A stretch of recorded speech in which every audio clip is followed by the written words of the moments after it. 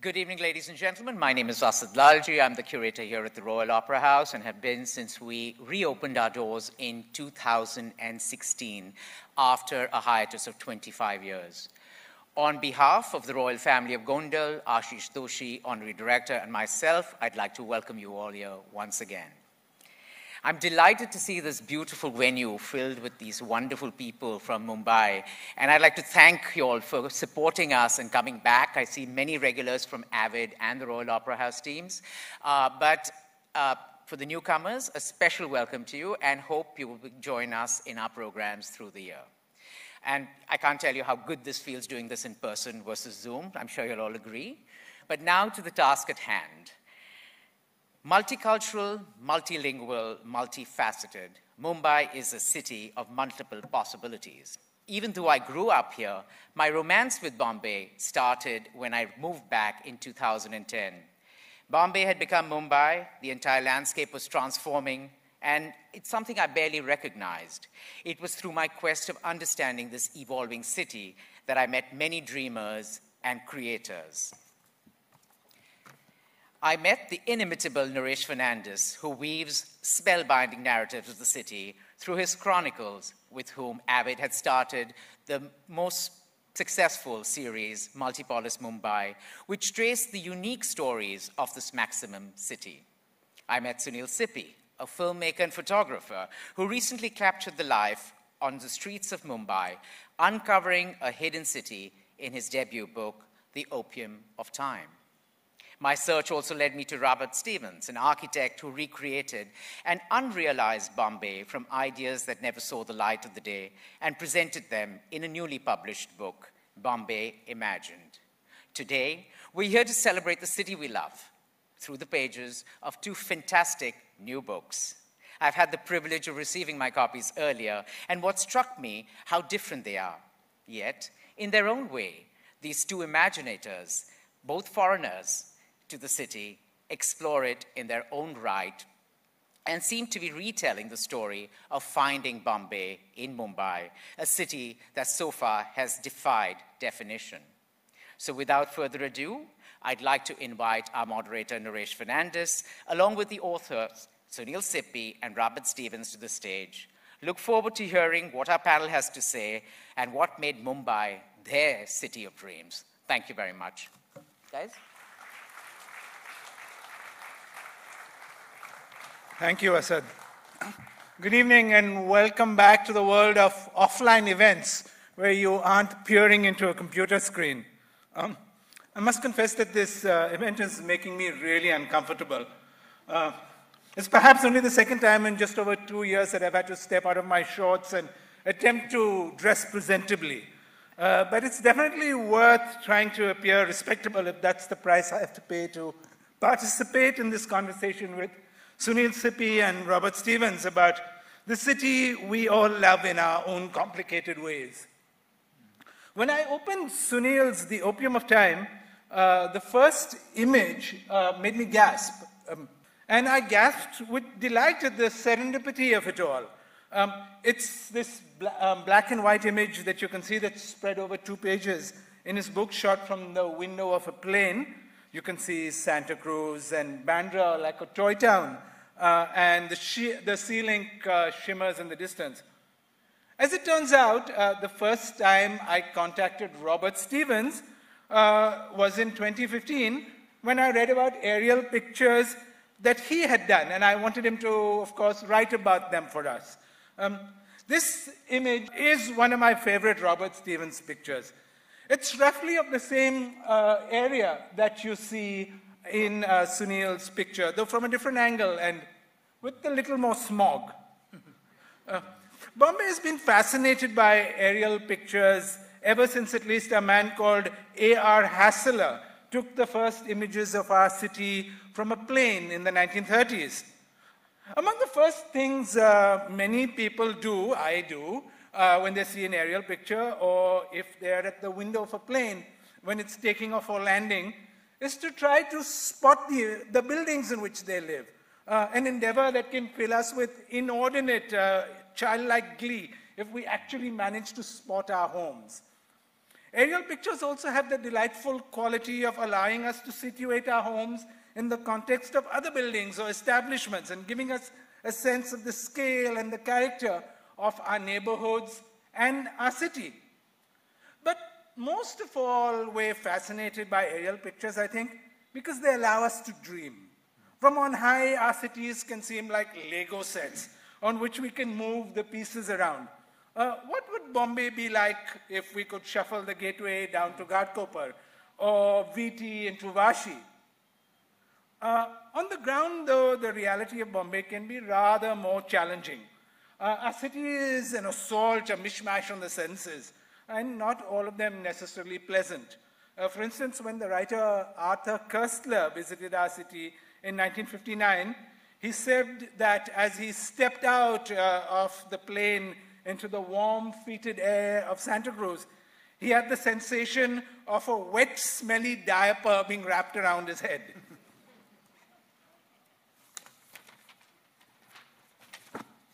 It's this nitty-gritty sense of Bombay on the ground that characterizes both Sunil's The Opium of Time and Robert Stevens' Bombay Imagined. Each in their own way offers a layered perspectives of the lives in our city, as it is and as it could have been. So to begin with, I'd like to ask Sunil to give us an introduction to his book. Thank you so much, Naresh.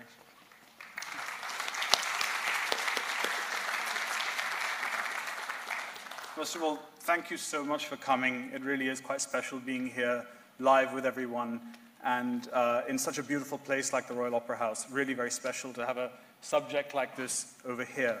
When I started, I thought I'd make a little film, actually, about my journey of making the book. So I'm going to just run that first. It's just a couple of minutes, and then I'll just say a few words. Thanks. Maybe I should run the video.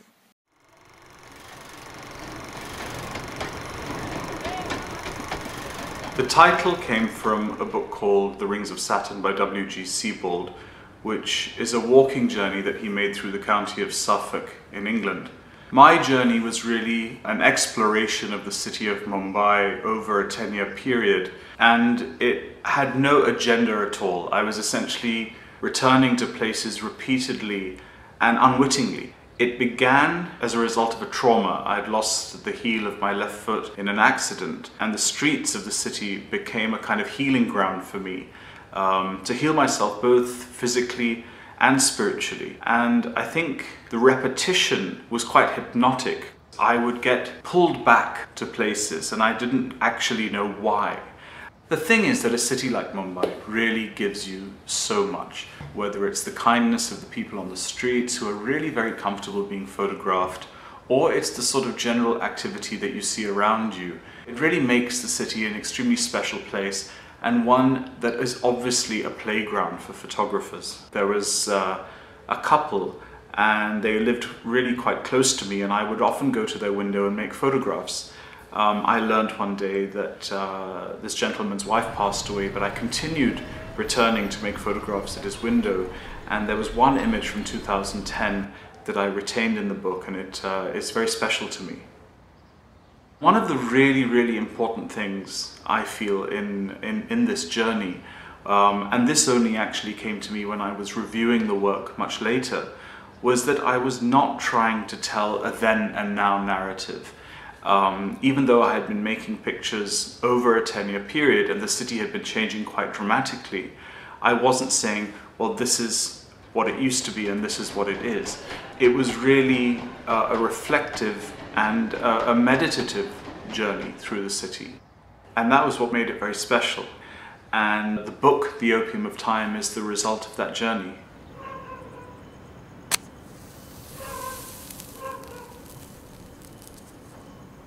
इस नशे को नमकीन दीवानगी कहते हैं,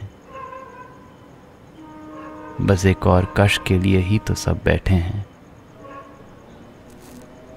एक अफीमी खुमार रगों में बहता है,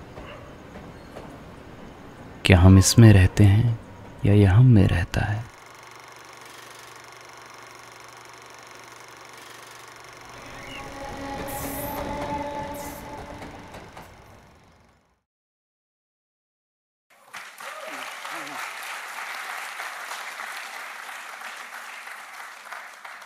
Gosh. Well, yeah, that's the trouble with being a filmmaker and trying to be a photographer at the same time. You sort of try to mix these things up. The poetry was by Ankur Tiwari, who has written five poems for the book and quite beautifully. But I just, when I was preparing for this evening, I spent a lot of time with Robert's book, a very special book, which taught me so much about what might have been. At so many places in the city I've explored on this photographic journey, but whilst also entertaining me hugely. I found one of the particular projects in his book immensely relevant to my own narrative. On page 68, Robert brings us to the story of the footpaths that were to be built in the city, a design proposed by Charles Forget.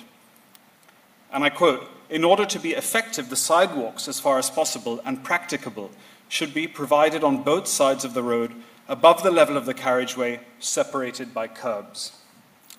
Sounds like a rather pedestrian ask. No pun intended. As much as we all might want to walk through the city to get from A to B, the sidewalk, or rather its lack thereof, is just one of the aspects that prevents us from doing so the way one might in modern cities. But the truth is that if you do use sidewalks to get from A to B, you may very well remain oblivious to your surroundings. It's only when you make a careful choice to observe the street, to take wrong turns, to retrace footsteps, that a city can really reveal its secrets to you. We tend to take the idea of sidewalks for granted, but in Mumbai, even when they do exist, we'll often choose the smooth surface of the road instead, which is what led over the last decade or so to the creation and the subsequent removal of skywalks. Walking in this city isn't easy, and my decision to walk and explore was based on choice and not necessity, and therefore no matter how much I walked, it was because I was choosing to immerse myself in an experience that was different from my daily routine. And so in this sense, I remain an outsider. And one might argue that my lens on the city is trained from that perspective. But be that as it may, it was by walking through the city that I began to understand where it is that I live, which might sound rather basic. But I realized that before I began to walk the streets as a photographer, I was oblivious to my surroundings and happy to build a little fortress of comfort around myself. Walking the city, whether it was early morning, the middle of the day, or in the dead of night, became a healthy addiction for me and a way of finding my very own special sense of peace. So in some ways, you might even argue that it was the lack of footpaths that helped reveal to me a hidden city that might seem distant, but that is also comfortingly familiar. Thank you.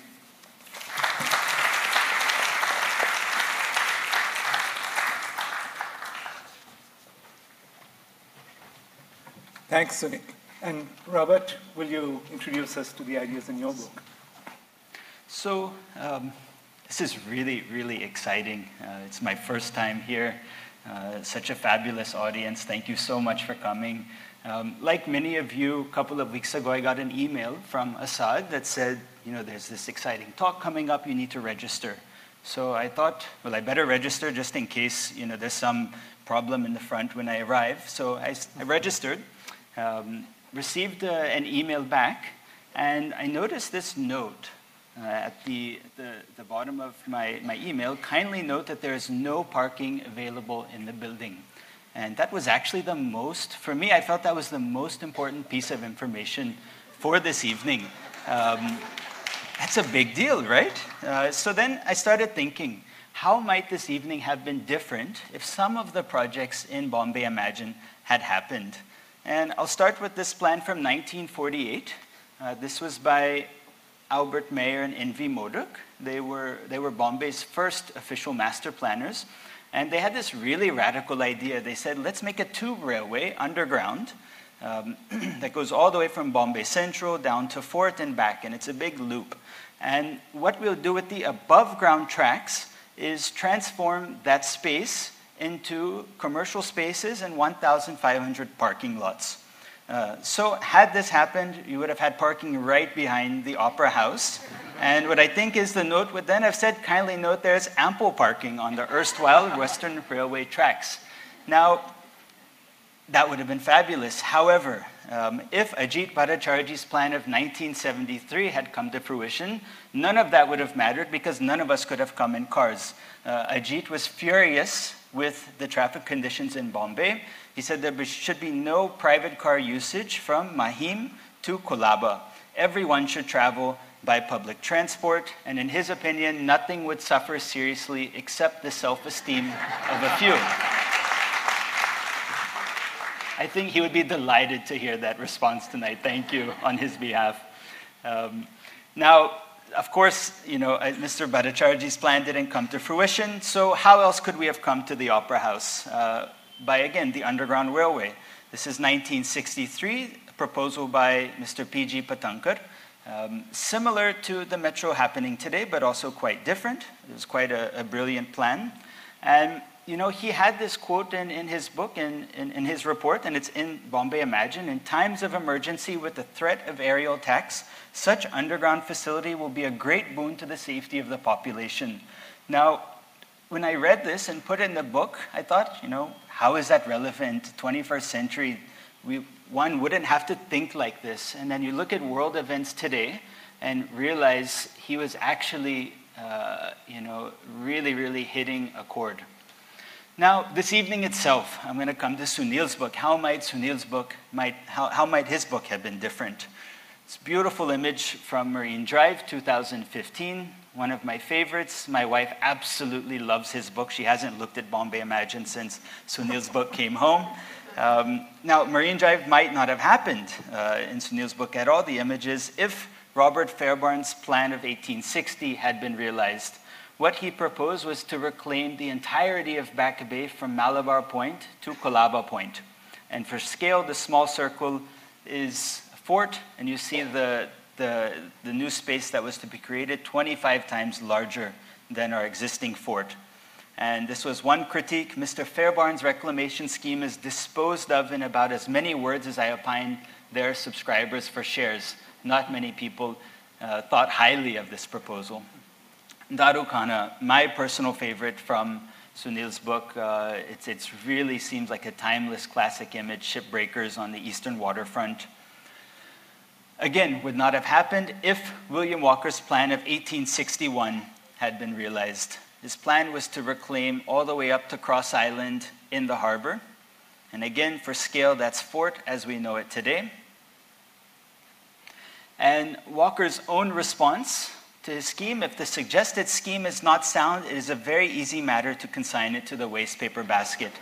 I really enjoy him. The book is actually dedicated to William Walker. This is an image of him. He first came to Bombay when he was 20 years old. He came back when he was 40, stayed for 20 years, and then retired in Australia. I think there are 7 or 8 proposals by him in Bombay Imagine. He was really brilliant, crazy, radical, all of these things.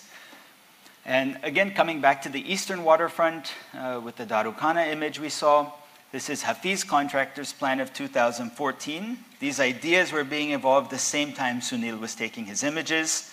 And you see, of course, skyscrapers, but also this idea of a whole new world at the ground level. And this is what Hafiz had to say. I dream of Mumbai as a city of high-rise buildings, parks, forests, and lagoons. Sandhurst Road, Sunhil Sippy, 2019.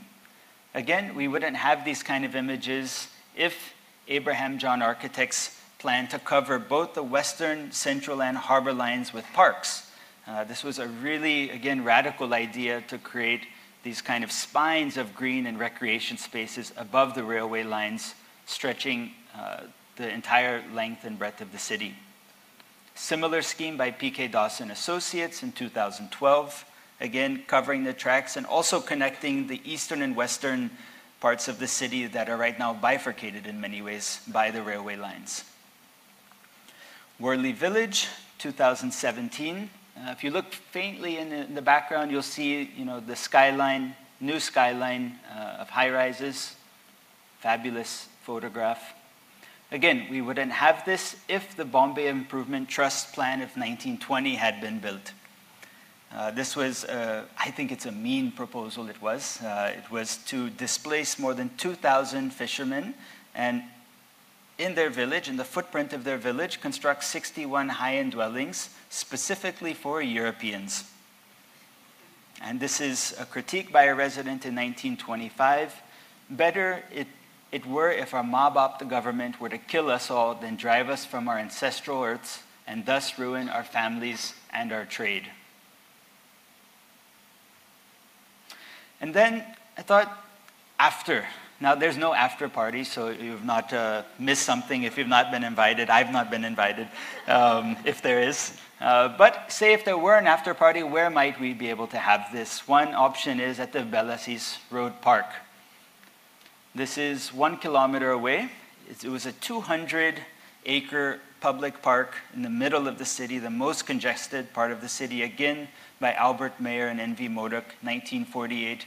And their proposal was, again, quite radical. Let's open up this 200-acre public space. All the residents that were to be displaced were to have new homes constructed at the Wellington Club and on the race course. Perhaps for obvious reasons, that didn't happen.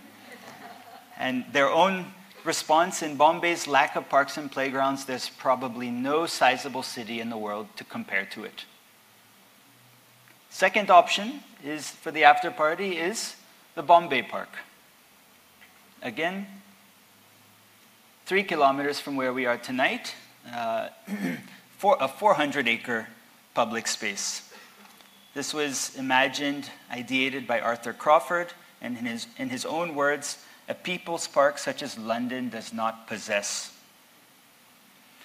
Lastly, if an outdoor public space doesn't suit, we can always have the after party at the India Tower.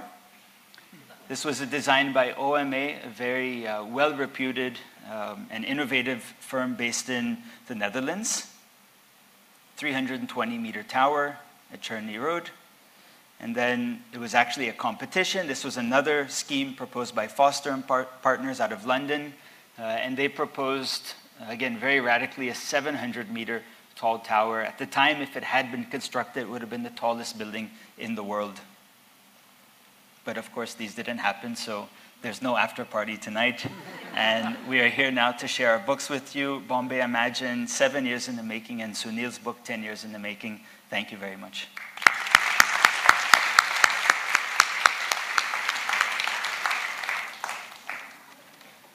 Thank you, both of you. I love the fact that your book is dedicated to Mr. Walker, because when we spoke the other day, it became very clear that both of you are flaneurs, a word I first heard in Edmund White's book, The Flaneur, A Stroll Through the Paradoxes of Paris. And White's book says that a flaneur is a stroller, a loiterer, somebody who ambles without apparent purpose, but is secretly attuned to the history of the cities they walk, and in covert sense of adventure, aesthetic, or erotic. Robert, tell us about your flânery during your early years in Bombay and how it's informed your work. Yeah. So I came to Bombay in 2007, and for reasons I can't explain or understand now, every weekend I would just walk. And that's why I was really excited to discover Sunil's book, because I think a lot of the creation has shared similar underpinnings. But I would just walk and explore the city. Again, no aim, no agenda, and it proved to be a foundation, because when I started flying for work and I saw the city, I understood it to an extent. And then the learning just kind of grew from there. So, yeah. What were the routes you were taking in your early days? So mostly from Tardeo to Fort. And I would just kind of meander different paths, again, not knowing street names, learning about landmarks, but mostly that kind of diagonal South Bombay stretch, predominantly. Mm-hmm. And you were also chancing upon street vendors selling things. Yes. So once I got to Fort, I realized there were all these stalls along the footpath selling books, and they're just, I love old books.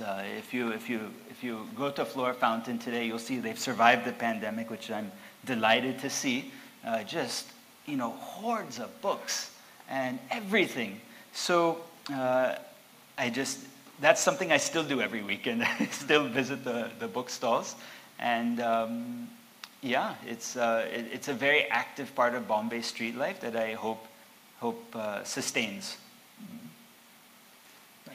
Sunil, as you said in your little film, your book gets its title from a book about walking. How did that walk through Suffolk inform what you do? Well, his was quite different because his was more historically linked, and he was sort of connecting every place was connected to something in history, and he was bringing it back. Mine was much more basic. I just couldn't stop. It was actually quite different. I had a very serious injury. I'd lost the heel of my left foot, and while I had been photographing the streets for about 2 or 3 years earlier, after this happened, I sort of got into a much deeper rhythm. Now, what it was, there was a lot of pain, and I was kind of blinkered and just moving all the time. And the repetition that I talk about, I would consistently go back to places. Now, it was almost the inverse of Siebold. I didn't want to know. So what happened? It was repetition. So I'd go again, and this was over 10 years. And slowly things would start coming to me, or there would be people that would come to me, or there would be something, some memory, something that would happen. But it was never linked from a perspective of trying to be informed historically of something. It was entirely emotional, you know. What if I turn right here? Can I go back? Can I find the same place again? It was like Hansel and Gretel. Can I find this place again? And by trying to find the place again, you'd find something else, you know. And I think this was the kind of journey that I was on. It was not intellectual in any way. It was not research oriented. It was completely spiritual in that sense. You know, it was not to try and find, to try and understand. Yet one thing was very important. I did, as I said earlier, I wanted to understand where I was. You know, and I think that's a really, it just sounds like a terribly basic thing, but you can't really understand where you are unless you walk the streets of the place that you live. You can't. You know, it's really hard. You know. Mm-hmm. Having said that, you don't have to go far and wide. You know, Saul Leiter photographed the block around his house for 60 years. You know, so there's, you know, there are different. So my motivation was sort of more in that sense. Yeah. And I'll just add to that. So Tina was reviewing your book, my wife, and she said she went through everything, and she said Sunil is embedded in the city. He's not living here, visiting, and then retreating.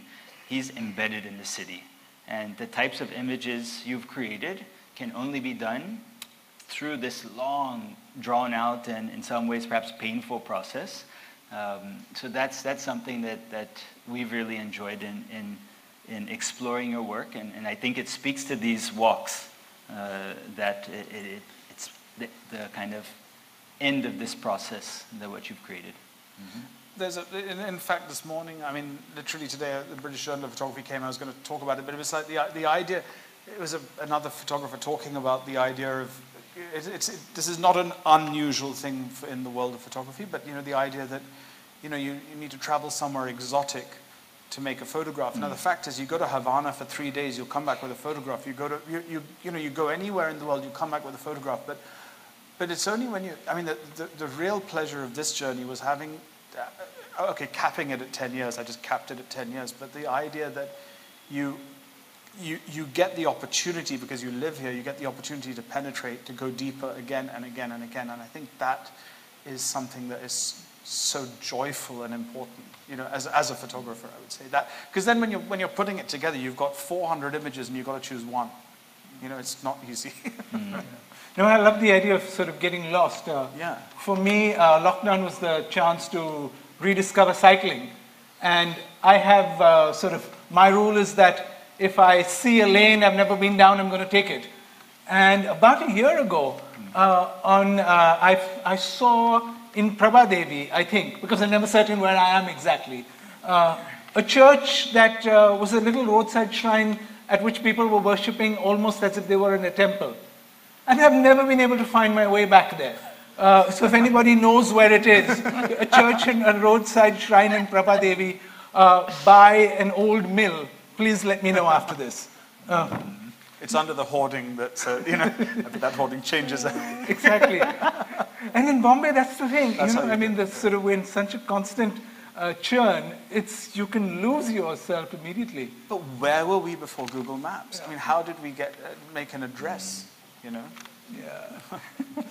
You know, Robert, your book is almost like this sort of magic realist novel, this sort of history of Bombay through its unrealized projects, and sort of more than a physical journey. It's been a journey through time and through the imagination. How did you get the idea for this book, and how on earth did you track down all of those 200 plans? Yeah. So, as many of us often do, I was reading a book from 1869 about drainage. Natural. It's natural, no? I have to date, I have no idea exactly how that book came into my hands, but it did. If anyone's interested and really intrigued, it's Professional Papers on Indian Engineering, 1869. And so I unfolded in this narrative about drainage, this beautiful map. In the middle, there's this big green blob. Big, very bizarre amorphous shape, and it said proposed park. I said, what is this? I zoomed, I zoomed in. This is the problem with our digital age. We're zooming all the time. I held it close to make sure it was a proposed park. This was Arthur Crawford's 400-acre park at Mahalakshmi. And it started something. And I said, wow, we know Arthur Crawford today because of a market. He has thought so much, invested so much of his life in this city. And that just started me searching. And as that journey grew, I realized, one, yes, there are a lot of ideas, but there are a lot of people who have, like William Walker, spent decades here. This is not their birthplace, and they have spent decades thinking deeply about the city. And so I just started searching, finding people, finding narratives. Sometimes I would find the person before I found the project, and writing to libraries around the world, visiting some, emailing others, and fortunately, the collection just grew, and at 200, I just had to cap it. And there are many more as well. So, yeah, that was it. Which is the most exotic, the furthest library, the most distant library you went to? Went to was, it's not very exotic, London. But fortunately, a lot of the research happened before the pandemic. And that's actually, I gave up on the book at a certain point in life, just after our son was born, so everything else went out the window. The pandemic hit, I had all of this research in a hard drive from around the world, and then I just started writing. And it came together slowly with the team that I assembled around and worked with.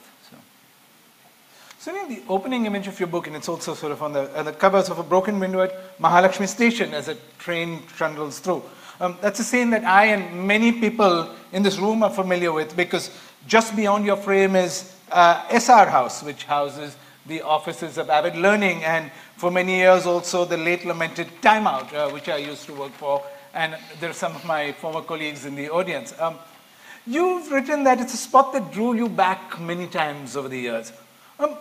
Why was that? And was that emblematic of the way in which you approached the book? Yeah, completely. And it was bizarre why, I still can't pin down why certain places would draw me back. I think, broadly speaking, if Robert was talking about moving sort of from Tardeo down to Fort, I was moving east. I was always going towards bicolor. I was obsessed with Sandhurst Road. I have no idea. It's an absolute cacophony of stuff, from viaducts and underground things. And I've crawled underneath trains with a 4x5 camera, sort of shooting these railway sidings, and then there are tracks leading off into the middle of nowhere and greenery. And so I think with particularly with Mahalakshmi, it was accessible, it was easy, and I think the patterns on those windows would get me every time. And then I would look through.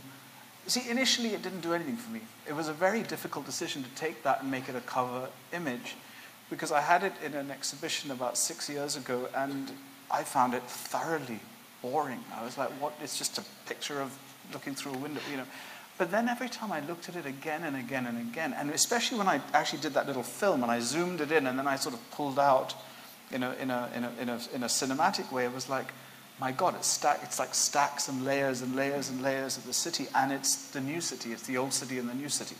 And I mean, I've shot it in color. I've shot it at night with a lady with a purple sari standing right, looking through that window. There are so many images of that particular that thing. But I think it was the curve of the train and the buildings, and it sort of, yeah. So that came from, there was, and I think peering through, there was that little voyeuristic thing, and unfortunately, there's a bit of that in the book, which is a controversial subject, which is sort of, and I talk about this a lot. Bombay gives you so much, and you have to be so careful. You have to be judicious in a city like this, because it's revealing itself to you in ways that are so incredible, especially at night, you know.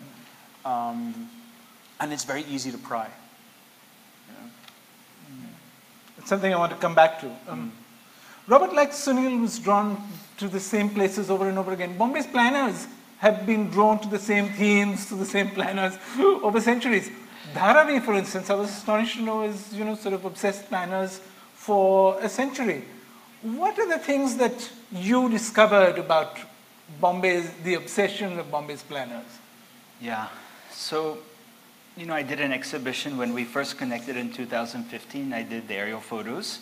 After one exhibition, someone came up to me and said, "Why are you only covering South Bombay? Why are you not covering the suburbs?" They're very upset with me.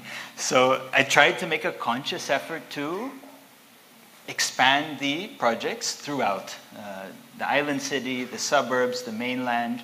And what I realized is, unfortunately, the vast majority of projects have been centered on the island city. For whatever reason, of course, population density.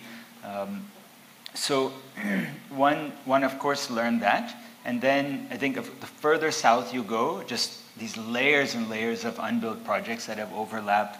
Dharavi surprised me.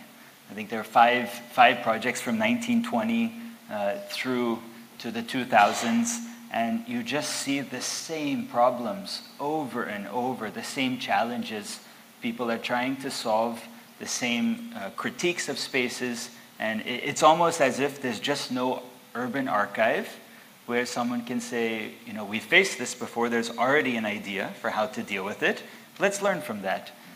So perhaps, hopefully, this will kind of collate a lot of these learnings into one place. So this repetition perhaps can be minimized, yeah. What were some of these challenges that you saw coming up over and over again in the archive? Housing. Lack of housing is consistent. It's something many of us face, of course, to this day. Waterlogging has been a consistent problem, just a very simple thing as waterlogging, drainage, and clean water. And, you know, I recently read Never Built New York. It's a fabulous book for anyone interested. And it's just, you know, skyscrapers, civic buildings. Bombay's unbuilt history is like a quarter about water, you know? The basics of infrastructure we've struggled with because our geography is just really challenging, you know? We're an island, we're like a bathtub basically originally, and these create really, really serious, you know, engineering problems that need ingenious solutions in many ways that we're still struggling with today. When it rains this monsoon, we will have flooding. And we've not fully dealt with these yet.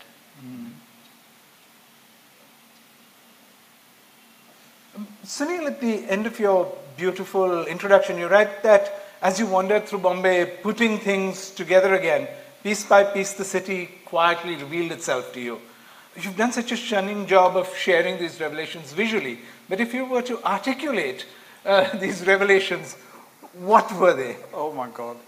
Oh gosh, it sounds very romantic, but let's talk about the trickier things of sort of sometimes trying to be slapped by people for getting too close. Or no, one of the most incredible things that happened to me. Here I am trying to heal myself from a serious foot injury, and there's a fully reconstructed heel, and I'm wandering down somewhere on the eastern seaboard where there are the coal. They basically store all the coal, and it's 7 in the morning. It's incredibly quiet. The city is quietly revealing itself to me, and I walk through. The light is fabulous, and there are these JCBs, and I see the Trombay, the the Tata power, you know, the flare. in the distance. I mean, it's just so beautiful, and I'm walking towards it, and there are these guys, and they're working on the JCBs, and the silhouette is stunning. It's really captivating me. I'm feeling very at peace. And I take a step forward, and then there's a little ledge, and I take one step down, and I start moving closer. I shoot with a fixed lens, and in those days it was a 28mm lens. I had to get closer and closer to my subject. So I take another step, a third step, fourth step, and the next step I go down to here. It's coal, sludge, salt water, right? And the next foot goes down to here. Now I've got this camera around my neck. I've got a reconstructed foot. And there are these workers, and they're sort of not too far away from me. And they can't help. Nobody can get there because it's sort of, you know, somehow I managed to sort of pull myself out, and the bad foot, the foot came out of the shoe, and I somehow with a camera around my neck, I managed to get the shoe, get myself out, and then go, and then they were wonderful, and they helped me into this place, and I had to sort of shower off, whatever, but it was, so when I say quietly, yes, it does, there are certain things that happen within all that quietness that are not so quiet. Tell us about some of your other experiences as you walked. Well, no, I think one of the sort of returning to Darukhana again and again was something that really, you know, was so fascinating. I think actually one of the things, I mean, the experiences were but there were two sides of it. And I try to come back to this, which is, you know, I go to places like the girls in the window, the girls dressed for a wedding. I go there and I spend this time, and these girls preparing for this beautiful thing, and I get very depressed when people look at that picture and think that it's Kamatipura or something. There was so much grace and elegance in those girls, and then you slowly start going back, and a barricade comes up, and something else comes up, and something pushes you away, and you can't find people again, you know, and that's quite sad. But the really special story was a gentleman who I still photograph, and I go back regularly to his house. They invited me into their home as well. You know, there were things like that would happen. What tended to happen, and this is something that I touched on a little earlier, is that when I got very close access, and I was actually shooting people like Joe Mascarenas, like whatever, I mean Joe, yeah. When I was shooting people that were sort of, it started to become portraiture. It started to become something that was very permitted in a sense. I lost interest. You know, it had to be something that was in motion. So I think one of the things that you feel, so the sort of the sense of motion in the book. You know, there's a sense of movement in the images, and that's because I'm not stopping too much. So there are not too many of those incidents where I'm sort of deeply engaged with. You kept going back to Alexander Cinema, you said. Oh gosh, that story. There was Hira. His name was Hira, the manager, and I wandered into the cinema. I went back so many times, and then he found out. We were chatting, we were just talking, and then my family's from the film industry, and I mentioned my grandfather, and he just went bananas. He knew him. And then he let me shoot there, and I would go back again and again. And then I did a whole series of images, nothing that came in to the book, but on the Naz Cinema building. And I went back to that building regularly, and I bumped into him there, you know. And I actually found him, and I made a print of him sitting in Edward Theatre, and I went and handed it over to him, and then I made a photograph of him with the print. But every time things started to get a bit designed, I sort of lost a bit of interest. So there were lots of little stories like that where you connected with people and developed relationships, but it was not as interesting to me as the stolen moment, you know? You said the area that you were photographing around the theatre was in a movie recently, and you were not very impressed by... Not in a movie. The Gangubai Kathiawadi? No, what I was saying was, what I was saying was that you've got New Roshan Talkies. New Roshan Talkies is in Ketwadi. And in the movie set in Kamatipura, but it's New Roshan Talkies is like the centerpiece of the film in in Kamatipura, and I just felt very chuffed that I knew that, that I was like, that, with my accent, that I could go to Sanjay Bansali and say, I think you're in a mistake. And they moved something else around also. I think Alfred. Which is in Princess Street. I mean, down, Alfred Barn. It was there are these iconic names, and the only thing I feel a little sad about is that when you are building sets for films, when you Robert, I mean, these plans exist, right? All the stuff exists. Firstly, you can visually go and see what it is, but it can't be, if you've managed to make this book with all these details, it's not that hard to find the exact sort of layouts of places. And I sometimes wonder, what is the need to change it? Is there a need to change it, Especially when look, I've walked those streets of Kamatipura endlessly. I can't photograph it. I don't have it in me to do it. But I've walked it a lot, and it is interesting, and the way it links into Bhendi Bazaar, the way that sort of the edges touch, it's just fascinating. Something, and that is the city. It is so much like that. Something, you just turn a corner and something changes so dramatically. I'm just saying, if it exists and it's there and it's magnificent, why not? Well, Robert, as you looked at the plans, but as you walk the streets, what essential truths about Bombay have revealed themselves to you? Naresh did not tell me this question before. Essential truths. One, of course, is problems never just go away on their own. They persist, exceptionally persistent. And I think the way challenges and insufficiencies impact us varies. Who they impact, it varies. But the essential problems don't go away. So that's definitely one truth. The second truth that I've discovered is this city is extremely blessed with deep thinkers, deep and generous thinkers, I would say. Because maybe I would guesstimate maybe 10% out of 200 of the projects in this book involve some kind of payment to the person behind them. Otherwise, it was people, working in the early morning hours, late evening hours, after they had put in their day's work to create these new ideas. And that's amazing. Like, to think for nearly 300 years the city has had people like this. That's a special gift, I think. Did you follow up on what happened to the people who framed the plans that were unrealized? Did they get frustrated with... I've always wondered what it was like to be Charles Correa, who had these brilliant plans, first for New Bombay, then for the Midland, and not have them realized. Yeah, so Mr. Correa I never met, unfortunately. He once came to our office, he walked through and left, and that was the only time in my life I saw him in person.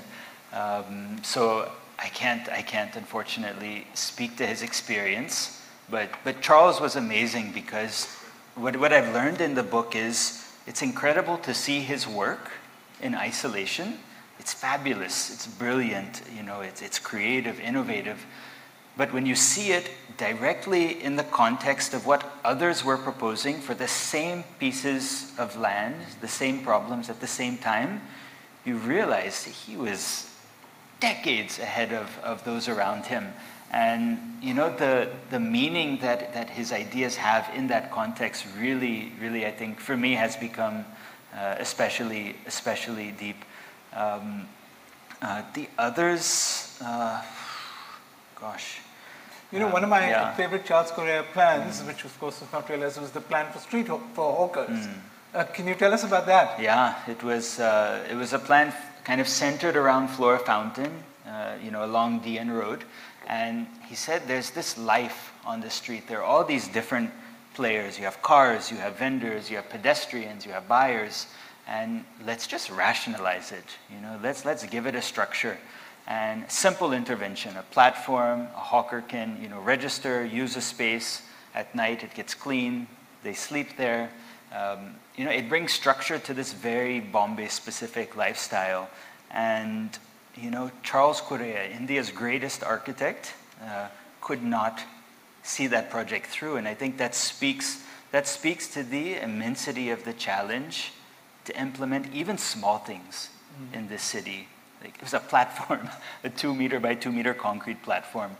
And he wrote about it, he spoke about it in Bombay, around the world. So absolutely a missed opportunity amongst many others. I think 7, 8 plans of his are in the book. Sunil, what are the challenges of doing street photography in Bombay, both visually, given how cluttered the city is, and socially, given how wary people now seem to be about having their images taken? I still think that it's one of the places that gives you the most, and people are not as. It's one of the very strange things in Bombay is that you're allowed to shoot anything on a cell phone. Nobody will say a thing, but you take a camera out and everyone says no photography. The police come up to you and say no cameras allowed. Meanwhile, 9 guys are videoing it, and like doing, So there are these very strange ironies because come on, you have to just step out anywhere and everyone's taking a photograph of everything at every point. I think the trick is to find the moments, to find the people. Well, when you talk about that quietness, I think that actually Suresh, who's in the audience, had told when he was looking at my work, he said, "God, your city's very quiet." His work is quite colourful and it's quite rich, and I thought about that, and I said, yeah, it is a challenge to find. I think Bombay's hard to photograph, actually, right? And it's very messy, it's very cluttered, and finding beauty as a photographer, I think, is really challenging. And for me, that there's an aesthetic that I gravitate to in an image, and I maybe that is another thing that provoked repetition, that you go repeatedly trying to get things in the right place or the light just right or something right, because it's really hard, And I look at it now and I say, there's a shot on Bombay Central Tracks where there's a guy crossing, it's at night. And I was there 3 nights ago, and I was like trying to do the same picture. I couldn't do it, But I think there are a couple of other things. One is serendipity and discovery, and the other is invitation. So, for example, I was very lucky to shoot the race course and have access. So sometimes when you get a barrier broken and you get entry into a place, somebody allows you into an area, to study it and go deeper. That can really give you something beautiful, But again, you still have to approach it as if you don't exist, And I think disappearing into the street is really one of the most important things. How one does that is your own relationship with yourself, and how you disappear into the streets. But yeah, I find I come back to the fact that when I've been shooting on the streets of London, I've nearly been beaten up. That's not happening in Bombay. There have been a few incidents, but nothing particularly serious.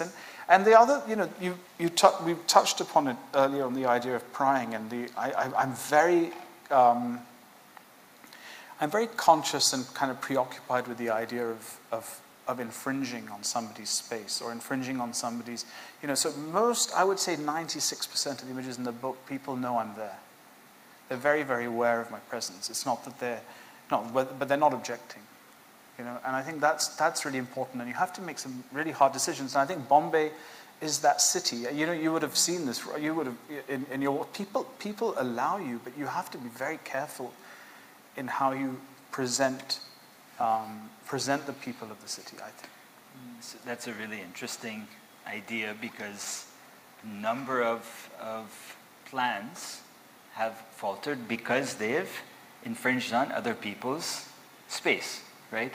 The proposal to develop the Mahim Woods, people went furious, and they said, no, we'll reclaim back Mahim Bay instead of you taking our woods.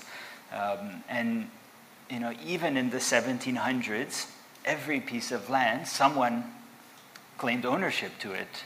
There was nowhere you could go that wasn't already someone's space. And I think you're experiencing that on the street. It's the same fundamental issue as planners in the 1700s and the 1800s who were trying to navigate this compact little island and, create beauty, but also do that respectfully. And it's a tough balance. It's been quite challenging, as you know. Would you say population makes a huge difference to how all this stuff, you said things Yeah, totally. Yeah, Population, yeah. exactly. Population in relation to physical pieces of ground to stand on and to make a living. Because that's always been in short. That's why we're reclaiming the West Coast, because land is non-existent. Open land is non-existent in South Bombay. So, absolutely. Well, the challenge I think also that you faced in creating your book was that for some of the plans, blueprints didn't exist. Yeah. So you had to visualize them. Yeah. How did you go about that? I loved some of the quirky details. Yeah. It was fun. So, these 250 plans, came into my hard drive, and about half of them had no images. And I was quite disappointed because I could see the richness of the ideas in these, and I could envision it, but we had no prints, no drawings. So then somehow Fawaz and I, project manager, we were brainstorming, and we said, let's create images that are based on historical fact, that recreate the context of the city at that time and kind of cast this vision for the first time for readers.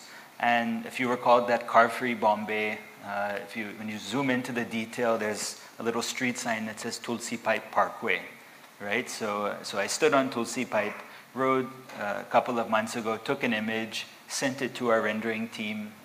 Those two artists were based in Europe, and said, we want to recreate this. But instead of Tulsi Pipe Road, it's going to be Tulsi Pipe Parkway, because cars are out of the picture now. It's just public space and public transport. So we created that, and we did that 30 different images.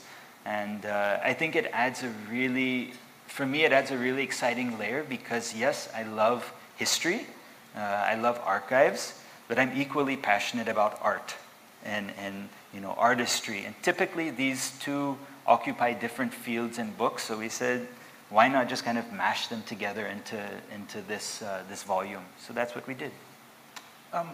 Among the images that really jumped out at me was the pet cemetery. Yes. Tell us about that. Yeah, so that Pet Cemetery is the favorite project of Carol Nair, who was one of the designers working on the book with Deshna Mehta. And it was this basically pent-up frustration of predominantly British residents in the early 1900s who had pets. When the pets died, there was nowhere to bury them. You couldn't bury pets in your own property because that was illegal. So the only option was to put them in the trash bin, basically, literally. And people just they got fed up and said, we need a cemetery, and it should be modeled on the pet cemetery at Hyde Park. A half-acre plot at Suri was found. Plans were made that were written about but not visualized. So we then created, this pet cemetery, and there are garlands, and it's a really, really beautiful. What did the tombstone say? Here lies, you remember, here lies Snap, East and West, you were best. And we have the date. Such a perfect Bombay thing. Yeah. The other visualization that really jumped out at me was the plan for a tavern at Elefanta. Yeah. So I'm sure the audience would like small to correction. So that so the Elefanta Tavern idea, whoever thought of that never gave their name. Perhaps they were scared, ashamed, who knows. So it was this, crazy idea. Let's make Elefanta Caves a tavern. I didn't feel comfortable doing that. It didn't feel right. So I came across this beautiful watercolor painting by Renzi Walton. Now, Renzi Walton actually designed the Horniman Circle Gardens, you may know. He also worked with Arthur Crawford on what they called the Coastal Circular Road, which is very similar to what we see happening the Coastal Road today. So I took Renzi Walton's watercolor and just presented a beautiful image of the caves. Why did they want to have a tavern in Elefanta? Yeah, very exciting. So very smart. So in the island city, there was at the time this idea, let's make alcohol illegal on Sundays. Let's have a dry day Sundays. Now Sundays was the only day sailors had off. So of course they would hit the bottle. So he said, "Chalo, you can't drink on the island," but no one said anything about Elephanta. So let's get all the sailors to converge on Elephanta, have a drink and make a lot of money. And fortunately that project never came through. Alas and alack. Yeah. Many of the places in your book have changed unrecognizably. The coast, for instance, and you have constantly been drawn back to the coast.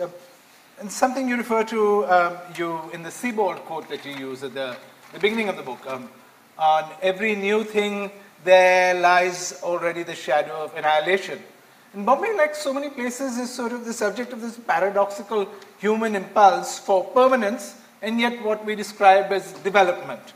What is your engagement with the city taught you about the nature of change and transformation? And do you think it's played out differently in other cities with which you're familiar? I see it a little differently here. There are two parts. One is when I first came here, the idea that anyone could own a home was just, it was a crazy idea that anyone could afford a home. That there was no such thing as a 1 BHK kind of house. So what happened is, what I saw, especially across the eastern seaboard over the years, I would see stuff like New Cuff Parade coming up. You'd see these little islands of buildings coming up, And the one thing that I notice is that the landscape, and I do mention this in the books, there's a beauty that is still retained despite these little dots and things coming up. Now the flip side is that it's very romantic and very nice to say that you don't want any of these and you want the landscape to be perfect and everything to be lovely and all of that. But as we were talking a little bit earlier, these little islands that have cropped up all over the city from, and they are to literally house people. People are able to afford homes and have places to live. And I think that is a huge shift that has, so I see a lot of, so if one of the things of this talk is Bombay to Mumbai or Mumbai to Bombay, and I think the Mumbai that we're in has, you're seeing transportation improving, whether it's the metro, you're seeing homes. There was, the monorail. I rode the monorail quite often, and it was just incredible, the connectivity to get from, and then, okay, so the shadow of annihilation, next thing you know, it burns, there's a fire, and then it stops for however many years, but still the effort. So it's a sort of, there are these, it's a double-edged sword, it's a consistent double-edged sword. We talked about Lalumbai compound, the SRA, I mean, in Mankur, there's a monumental SRA complex that I again was drawn back to. I haven't put it in the book. I couldn't bring myself to do it. But the Dionar dumping ground and Mankur and that whole area is just, it's oppressive. It's incredible. But at the same time, it's the one thing I noticed, Naresh, was that anger, right? Versus, let's say, Worli Village, or let's say Dharavi, there's camaraderie, there's movement, there's interaction. But you go out to Govandi, you go out to Mankur, you go into those colossal things. Firstly, there's sometimes garbage piled up this high. It's literally they're stacked with gaps of hardly 8 feet between these monolithic things, and it's heartbreaking, But what do? And the thing that disturbs me about that is when you move people from one part of the city to another part of the city. That is heartbreaking for me. What if it were you? What if you're just told that you've lived here all your life, now you have to go over there. So that stuff like that's heartbreaking. But overall, this concept of evolution in the city, there's a lot of positivity and a lot of benefits that are coming to people through, and I think this particular phase we're in with our Maharashtrian government right now, and wherever we are right now, is generally very, very, very positive. But it's, you trade off. You're obviously so I like to be a little positive and a little bit more real about the evolution. I don't like to stay in a romantic place too much with the city. I like to see the benefits, which is why I would get on the metro, get on the monorail, experience it, understand that this is really positive. This is helping. Someone gets from Chembur to Mahalakshmi in 7 minutes, and it's empty, but it's an incredible thing, So then to pick up on this kind of idea of hope, 1981, the development plan is published by the corporation, municipal corporation, and their proposal is to transform Deonar dumping ground into a huge public park. It's beautiful, and there's civic facilities surrounding it. There's also a cemetery. Just, it's all for public use. And I wasn't able to find, but I wondered, like, who thought of that? And who then put it in a drawing? And this is an actual drawing that the corporation produced and printed, and it just shows it's like these bursts of hope and innovative ideas for a much larger community. So I'm very much with you in that idea of let's extract the hope out of many of these developments, even if they don't happen or they're not guaranteed to happen. Or the aesthetics shift. There's no aesthetic palette to the city. I mean, obviously you live in Oval Maidan, it's all everything's sort of beautiful, but then you have this incongruous, like a lot of the stuff that you showed, Robert. I mean, it's like Dubai works because it's all the same. Here you've got this hurly-burly. Yeah. Robert, this is all about the unrealized plans, but Bombay has plans that are being realized as we speak. What do you think it takes to make a blueprint work? How do plans get passed? Does it take an especially energetic planner? What are the forces that come together?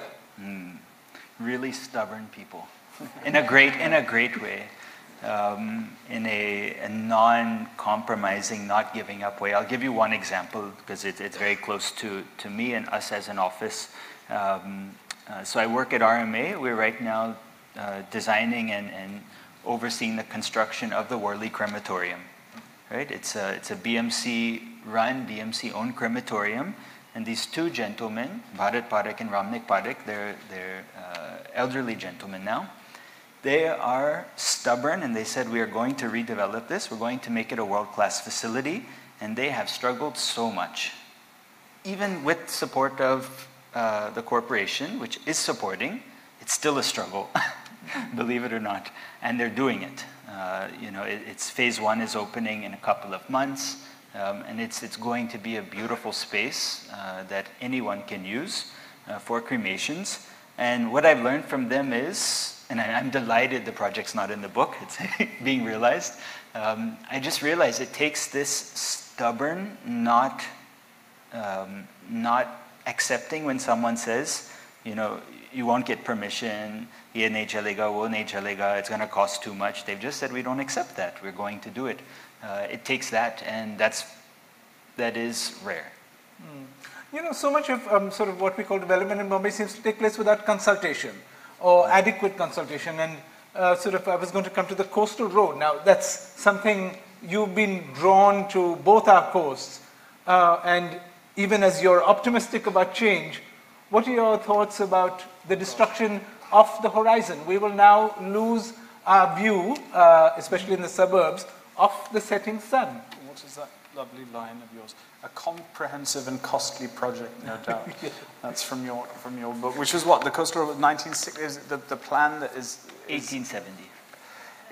This was the coastal road 1870. So I have a very controversial point of view on this. It's that when it was beginning, this particular one, or this, this side, because there is another that's the bridge crossing the bay from Sivri to.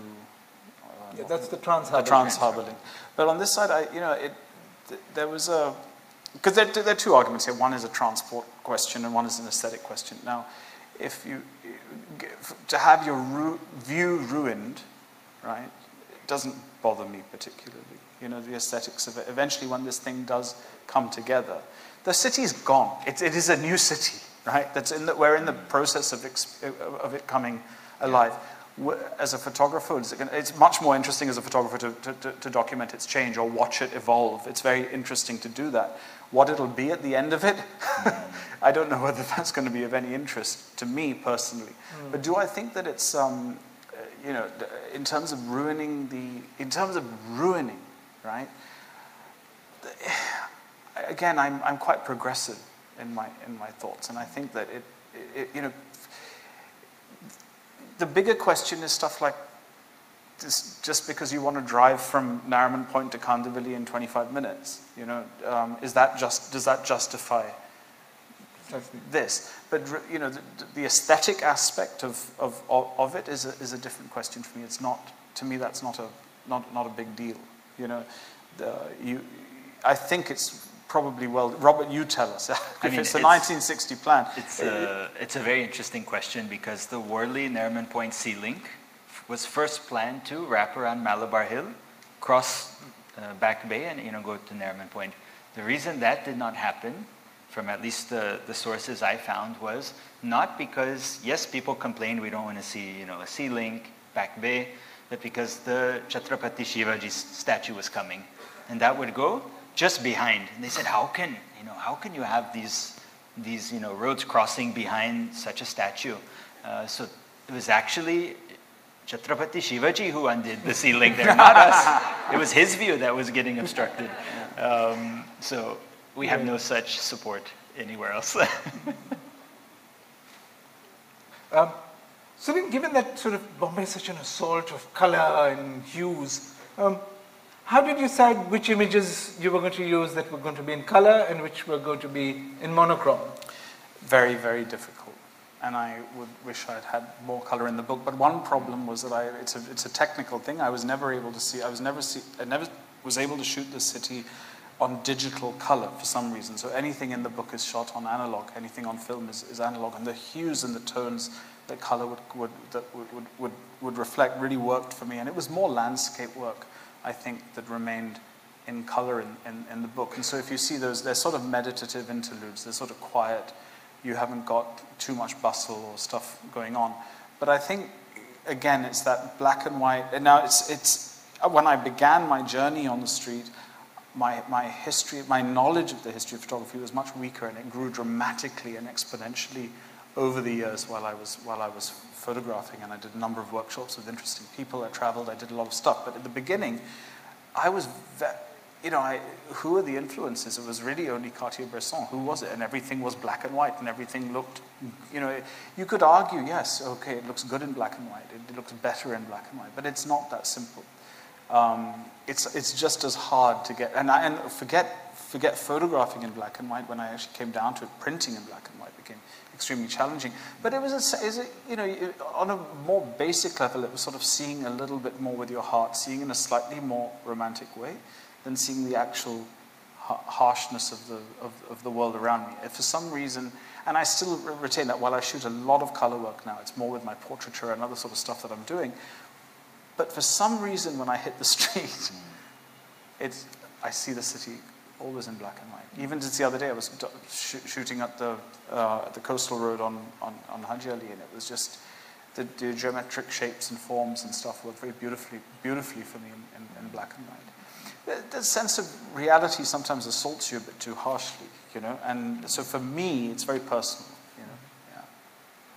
Robert, one of the things that sort of really is so evident in your book is sort of the accessibility of the prose. You don't have to be a specialist to read the book. How did you hit on that tone? How long did it take you? Yeah, so early in the pandemic, I came across Amitabh Kumar's book, Writing Badly is Easy, and I just loved it. It was fabulous, and he's, from what little I know of him, he's an English professor, and he basically pushes his students to just write clearly. Simple, like you don't need to have complicated sentences, definitely try to avoid political, social, economic statements that are long and verbose, and I found his kind of encouragement, his nudge through that book, really inspiring. So I then gave myself a task. I said, let's write about each of these projects in as few words as possible, as few. And if the word's not necessary, let's get rid of it. And that's what I did. So I think maximum each chapter will be maybe 200 words, on average 150. And I kept, every morning when I would write, I'd say, what am I trying to say? And then just say it. Keep it simple. And that's it. And you didn't seek advice from Shashi Tharoor? No. What a missed opportunity. Both of you have other day jobs. What's the relationship between your life as an architect and your life as an artist? Yeah, that I don't know. But no, so practically, yes, I'm an architect. I absolutely love it. That's what I do between, say, 9 and 7. So I then, just on a very literal level, that gave me time from 5 to 7 in the morning to write. So there's 62,000 words in the book. Every word was written between 5 and 7 a.m. I had no distractions except our cat, who was actually quite a pest at that time of the morning. And then I would go to office. And of course, you know, I'm an architect, I'm working in the built environment, but they're also in many ways very different fields of thought. I would say the last 15 years, I've just been growing as an architect, as a person, and that's just kind of very indirectly influenced the work and the interests as well. And how have you developed as an artist? I was an artist before I was an architect, so that was easy. I've loved art since 3rd grade. I made a little sculpture, and my teacher said, "That's interesting, you should pursue art." So I never stopped. And I think what's different with the art in this book is it's not just me. You know, in high school and college, I was creating art. In the book, I've had the opportunity to work with other artists and curate and make something that's much more collective. And I would say that's what I've taken from the field of architecture, because any building we see is dozens, if not hundreds, of people behind it. It's not just one person, right? So I think learning how to work with, you know, a large number of passionate individuals on a building has then translated into this book. And equally, if I had to count every person who is responsible behind the physical object of this book, there would easily be 100 people behind this, and they all play absolutely essential roles to what we hold in our hands. Sunil, how do your two lives inform or hinder each other? Well, it's actually quite wonderful. So, like, for the first sort of 10, 12 years, I built a career in advertising, you know, sort of directing commercials and getting a foothold in the business, which was extremely challenging, but it was a very creative time.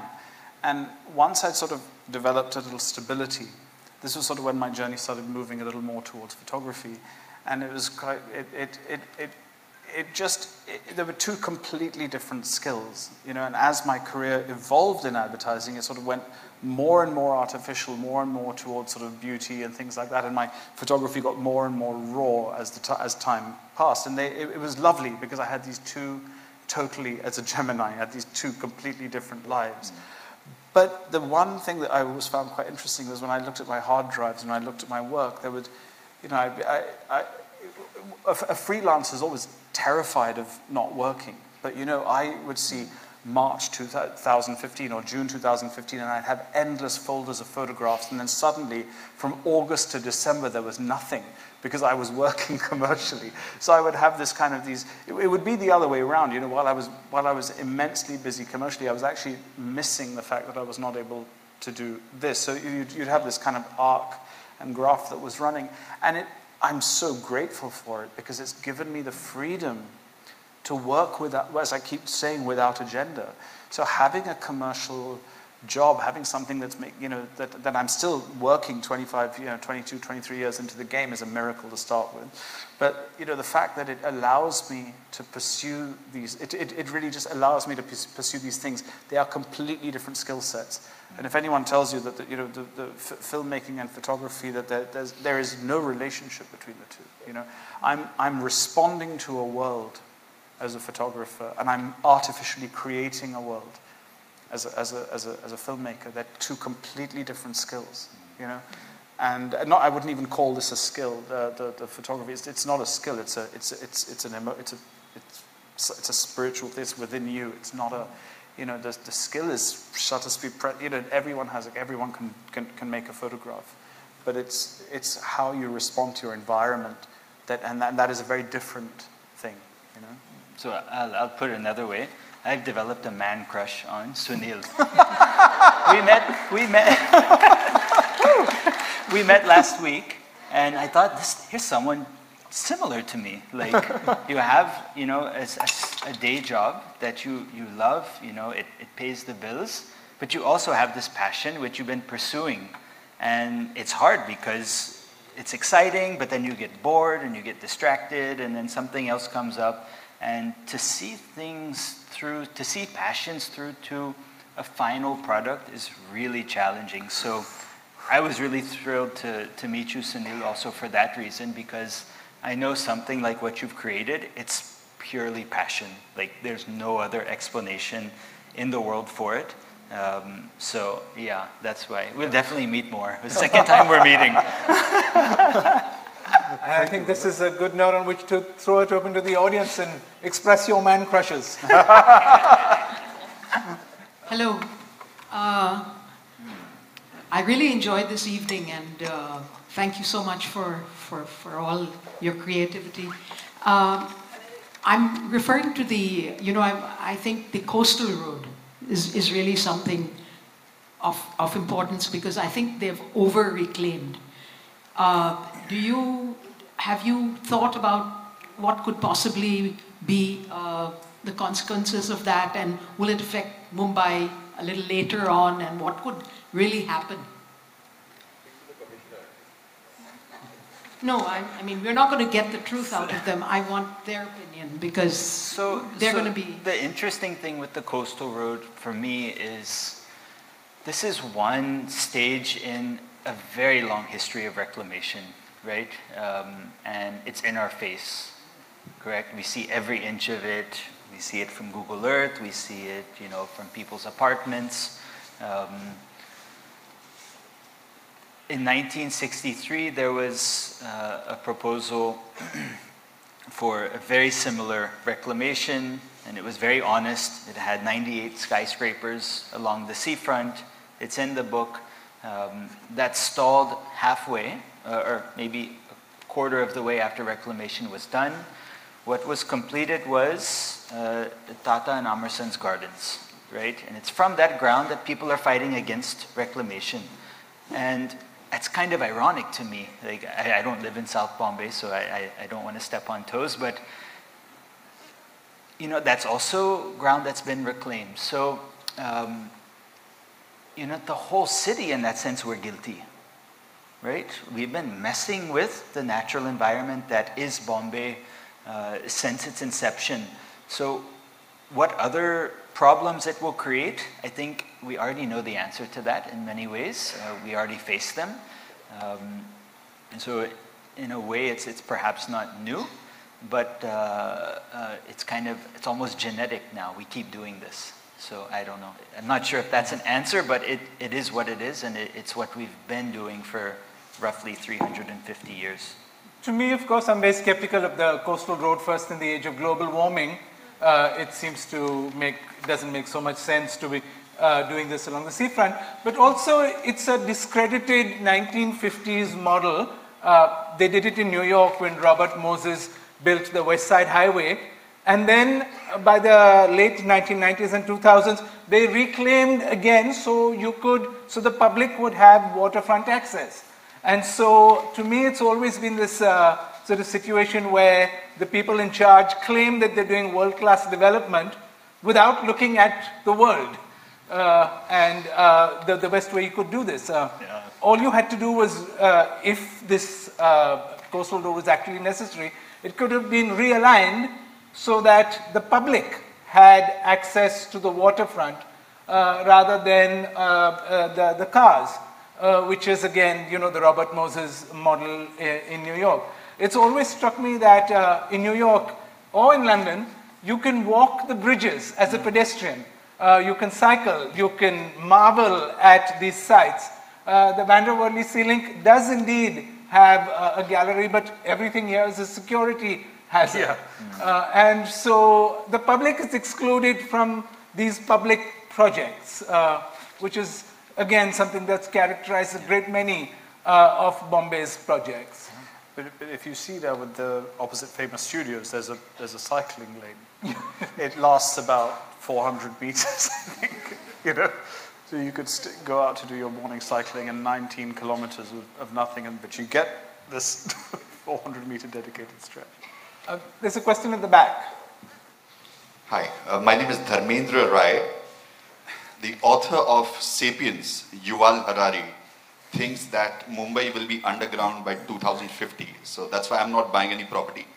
And I am recommending everybody who has property to sell. So what's your view?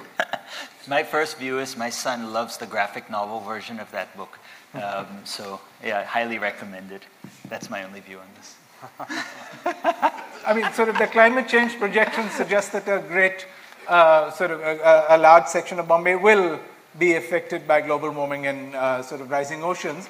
And the climate change plan that was framed for the city a couple of weeks ago acknowledges this, which is what makes something like the coastal road completely idiotic.